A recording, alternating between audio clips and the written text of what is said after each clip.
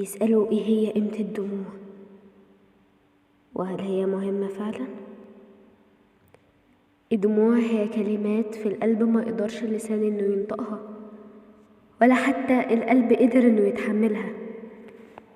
الدموع مش مجرد قطرات بتنزل من العين، لا دي بتعبر وبتتكلم وبتصرخ عن كل حاجة جواك، عن كل حاجة مريت بيها من فرح ووجع وحزن، سعادة وضعف وقوة وغيظ، أمان وترجي وحاجات تانية كتير.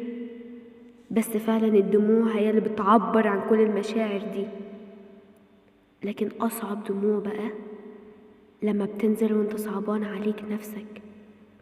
بس خدها مني نصيحة، دموعك غالية ومحدش يعرف قيمتها غيرك، واللي ما يحسش بزعلك ما تزعلش منه ولا تزعل عليه، وافهم ان الغالي بس هو اللي يتبكي عليه. خدها مني نصيحة، وفر دموعك وخليها للغالي اللي يستحق بس.